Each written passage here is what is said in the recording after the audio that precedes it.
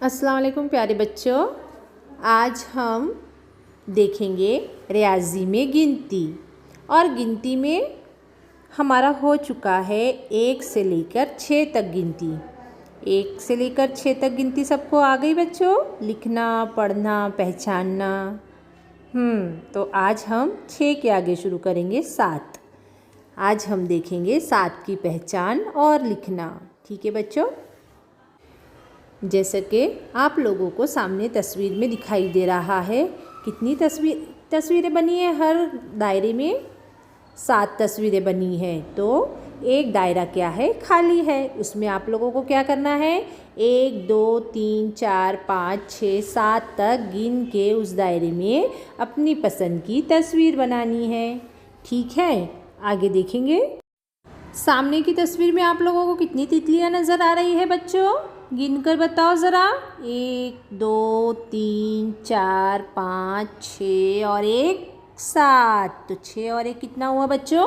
7 हुआ। इसी तरह अगली तस्वीर देखो, कितनी तस्वीरें बनी हुई है? 1 2 3, मेरे साथ काउंट करो सब। 4 5 6 और 1 7 है ना, 7। इसी तरह से अगली तस्वीर देखेंगे।